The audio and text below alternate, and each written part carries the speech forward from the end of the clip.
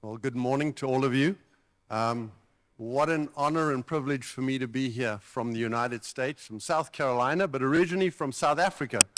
And many African members here from UNIAPAC, and many of my cohorts here from Latin America, from Chile, and many other countries. But firstly, I want to say a big thank you to the leadership team of UNIAPAC for inviting me to be here, and for the relationship and friendship that I've shared with you guys for a long time. I really deeply appreciate that, so thank you. Ignacio, that's a tough one to follow. 153,000 employees. Wow. I only got 400, but it's mine. And, well, not totally mine. So one of the things I want to share with you, yeah, there we go. Yesterday, Ramon Desario said something really, really powerful that struck me and actually changed some of my presentation today.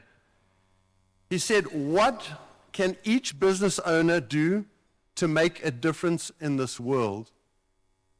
I think that's a challenge to every one of us business owners here. What can we do to make this world a better place?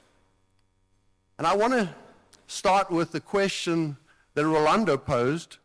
Is profit in business enough? Yes, profit is really important, but is it enough? The answer to that question is in our purpose statement for our company, similar to the purpose statement that Ignacio shared with you, but this is a personal purpose statement that came after a silent retreat. Father Martin is here with us today, a Jesuit, and they have this thing called the Ignatian spiritual exercises. I went on one of those. Profit back in my old days was enough. That's all I looked for, the American dream. But God, in that silent retreat, woke me up, and he said it's not enough. And this is what we came up with. This is my answer, our answer as a company to that question, is profit enough? The first thing I had to wrestle with was the concept of what is Polydeck founded on? And it's founded on and run on Christian principles. That word seems just small on a card. By the way, that statement, and all 400 of our employees, this is my business card here. On the back side of my business card is that statement, exactly as it appears there. And 400 of our employees have the same business card with it written on the back. That's how firmly we believe in this is our guiding light. What is our purpose? Is it profit? Well, let's see what we say. Our goal and purpose is to serve our customers and stakeholders with excellence. I think everyone can agree that's a good philosophy. So that we can achieve profitable growth. That's also a good philosophy. But now comes the important part. What do we do with that profit? We at Polydeck believe that profit enables us to create eternal value by conducting our business and caring for people in a way that honors God. That's a different philosophy. Now suddenly, we put God in the middle. And we make the important goal of the company to create eternal value. The trick of this, it's easy to have a business statement like this, right? Anybody of us can write up a thing like this and put it somewhere. How do we get this down to the janitor, the lowest employee in our company? How do we make it real for that person? That's what my talk about is this morning. How to do exactly that. Ignacio spoke very well about the importance of leadership, and that leadership results in culture. And ultimately at Polydeck, our culture is to treat every one of our employees as family. We want them to walk away feeling like they're family. What I want to share with you is the 4 important steps at Polydeck that we use to get that mission purpose statement down to the janitor. And I'd like to challenge each of you as you think of your own businesses, how would this apply to your business? So the first thing, right on top, it's about the CEO, the owner of the business. That's step 1. We have to, in our own minds as owners of the business, understand our role and be clear about the mission and purpose that God has for our business. The next thing is to take that to our senior executive leadership team, our vision team. How do we get them to buy into this? Then how do we percolate that all the way down to the shop floor, to the janitor? And then how do we impact our community? That's what I'm going to share with you. So the first step for us, could you just advance the slide? This little thing is, there we go. So, oops, too far, one back. So these are some of the paradigms at Polydeck that after my retreat, God shook me and he said a few things to my heart. Number 1, he said, Peter, you don't own the business. I own the business. And I've given it to you as a gift. If God is the shareholder of your company, then what am I? I'm a steward. A steward is similar to in the parable of the talents, where God gives each person talents. But know that he comes back and he asks you, what did you do with those talents? That's the challenge I think each one of us is going to have to face one day. What did we do with those talents? The second one is, if it's a gift, every gift has a responsibility, right? And the company is a platform for ministry, for evangelization. Our ability to share our faith as leaders of a business. I'll give you an example. At church, if people go to church, right, they hear the pastor, the priest, for 1 hour a week. How many hours are they in our companies? 40 hours a week. So what influence can we have on our employees? That's an important paradigm. That's important for us. What influence do we have? Do we smell like the sheep, as Pope Francis says? Do we engage with our employees?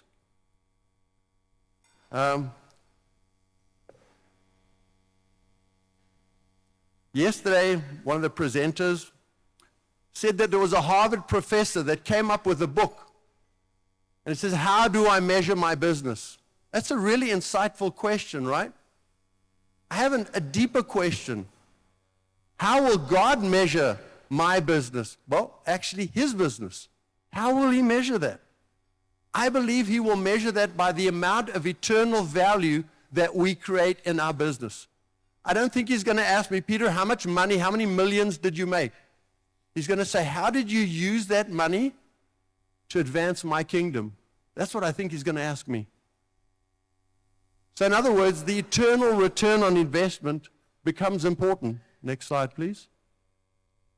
I believe these are the 3 most important things. If you summarize the Bible, these are the 3 things that God calls us and says, what is eternal value? Number 1, he says, love me with all your heart. Number 2 is love your neighbor as yourself. And the third one, and he said this just before he left going to heaven, he said, share the good news of the gospel to the ends of the earth. That was not a request. He told his disciples, go and do. It's called the Great Command in Matthew chapter 28. I believe that's what God calls each of us to do as his apostles that are running his business. Are you doing these things? Next slide, please. This was Peter, me, before I went on that retreat. I was what I would call a submarine Christian. On Sunday, I was there doing my thing in church, but on Monday, I dived. There was no evidence in my life that God was part of my life on Monday. Next slide, please. I saw the secular and the sacred, church and business, as two separate things. After that retreat, I realized it's not. We are called to cross that divide in business. Next slide, please. Vatican II said it very clearly to us as the laity of the church. We want to empower and encourage the laity to use their gifts, their company, to evangelize the gospel. In other words, are we helping our employees find their way to heaven? That's a really important question I think that God will ask us. Next slide, please. So the question now becomes, how do we get this to the next layer? I came back from that retreat with this vision in my head, but how was I going to make the executive team buy into this? That statement you saw on the front took us 3 months to create that statement. And when we created that statement and all agreed on it, we said we now need to go public. It's scary. With a business card that says you are a Christian and that you're here to create eternal value, that's scary. I wasn't sure I was ready for that. But I felt God inspired me. He gave me the courage in my heart to step forward, and I did. I jumped. I took that leap of faith. And the first thing I knew is I knew I needed help. I needed help from the Holy Spirit. So what we did, on the shop floor, this is between the machines in our company, we had Mass. And we had a consecration Mass where we consecrated our company, and you'll see on the right-hand side there, the employees gave me the Sacred Heart of Jesus. And we consecrated our company to the Sacred Heart of Jesus. Next slide, please. Next slide, please. So what does consecration mean? Consecration means taking something and setting it apart for a holy purpose. Our company's not here as a gift from God to be used for a holy purpose. If so, what do we do about it? Today, Father Martin shared with me, our dear Holy Father issued a new encyclical, and it's the encyclical to the Sacred Heart of Jesus. It's called Dilexit Nos, which means He loved us. What the Holy Father is calling us to is to consecrate our lives and to care and love our employees as Jesus loves us. This is this little QR code here is a QR code to 7 short videos on the concept of consecration. If you choose to consecrate your companies, this is a 7-part video series that walks you step through the theology of consecration in the business and in the workplace. So next I'm going to show you a short video of the Polydeck journey, of how, as Ignacio mentioned, what does highly productive but deeply humane look like in a real business? And this is our employees talking in this video about what it means to feel like family at Polydeck.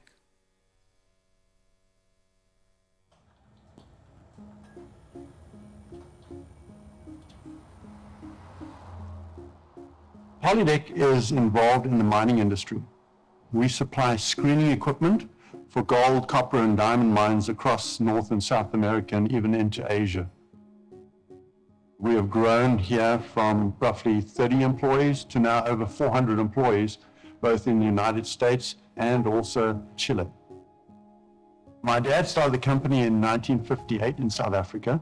He started the company with $1 in his bank account and a big dream in his heart. I came across the United States in 1994 in search of the American dream, to build a business and a life and a career and succeed. I worked really hard and built the business up, but there was this deep emptiness in my heart that just wasn't being fulfilled. Someone invited me to a spiritual retreat in Atlanta, and I went there in search of answers. At that retreat, I realized I had not been loving my neighbor. I'd been using my neighbors at work as a human resource. I was using them to fulfill my American dream as opposed to enriching their lives or giving back to them. So I had it upside down.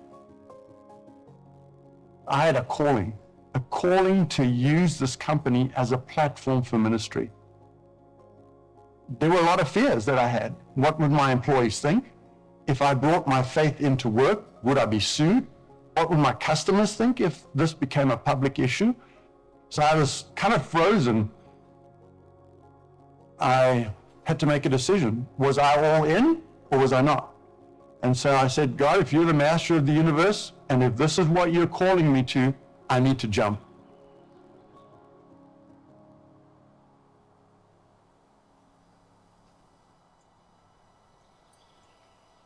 So in order to communicate this new journey we were on, we created what we call the Polydeck Way. And that is caring and performance. And they both have to coexist in a company, because one without the other, the house falls down. So we formed a caring team to help care for their fellow employees in a way that was meaningful for them. At Polydeck, we walk alongside people through the long haul. When people come to work, they bring their whole selves. And life is sometimes hard and things happen to people. So we get to deal with people in the way that they work, but then also in the way that their life impacts the greater community. So as the president of the company, I have learned that the caring culture is probably the most important piece that we have for our success. It's very, very easy in a financially driven company to just not think about people when you're making decisions. At Polydeck, it's one of the hardest things there is when we make decisions that people are first. Our goal is to keep them here and to make a difference in people's lives. The interactions that I've had with Polydeck and their caring team have changed my life in ways that I can't really put into terms. It really allows for the culture to be contagious, and that allows us to excel on every level, all the way down from the janitor to the CEO.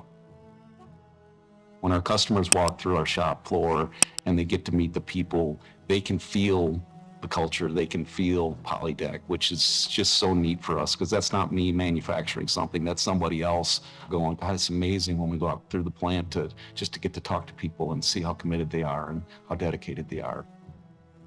They started to authentically care about their jobs and business in a way that I'd never seen before. The turnover began to drop dramatically, and it dropped almost down to 3 or 4% from 25%. And not only did God bless us that way, but our revenue has dramatically jumped over the last 15 years in ways that I cannot even imagine.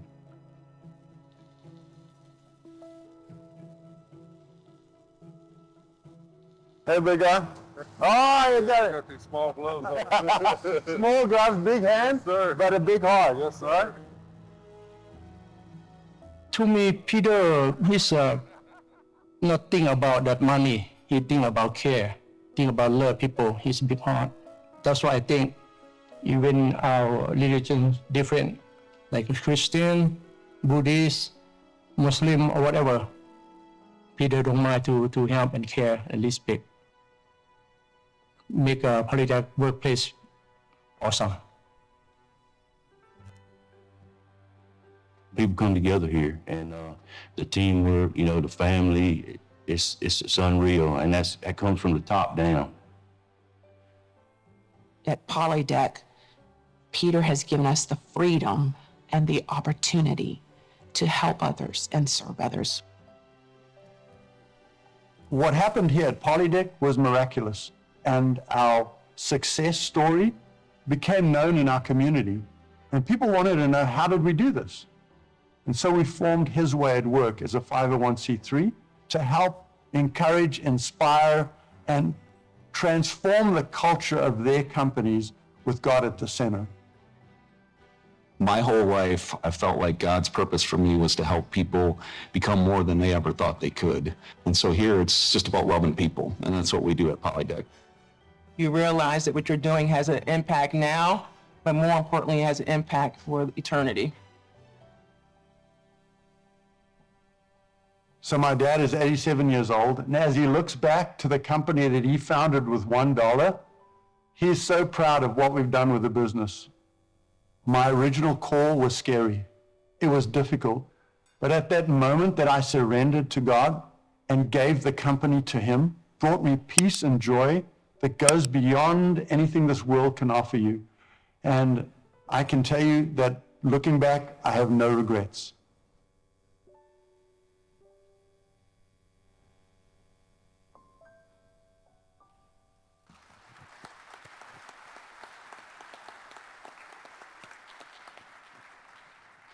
So you can see it's possible to create that when God's at the center, and you can love like Jesus loved, unconditionally, but demanding performance at the same time.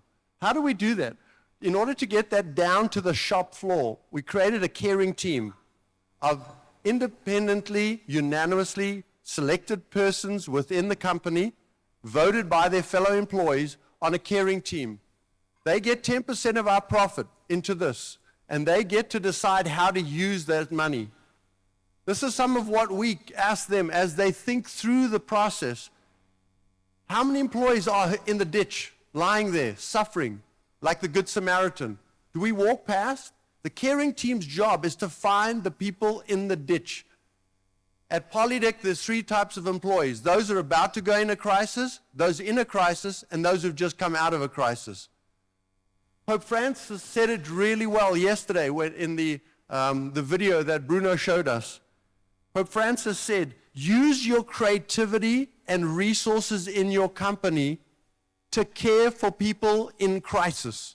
That's exactly what we do at Polydeck, is to do just that. Here are some examples of how we do that. We have caring teams that go home repairs, car repairs, sports teams, addiction recovery, wellness programs. You can see on the vertical line, you've got physical, emotional, and spiritual. So we divide that up. We spend our money in those 3 buckets. And you can see on the emotional side, we have financial budgeting, marriage retreats. We send people on mission trips. We go around the world helping others. And on the spiritual side, if our Lord is truly the owner of my business, he better have an office, right? So he has. He has what I call my boss's office, and that is our chapel. Every one of our facilities has a chapel in the center of the business. We have prayer groups. We start all meetings in prayer. Whenever there's more than 3 people in a meeting, we start it in prayer. We invite people to pray. We don't force them to pray. And we love people unconditionally. And you can see this is the way that we create EROI. To answer Rolando's question earlier, is money enough?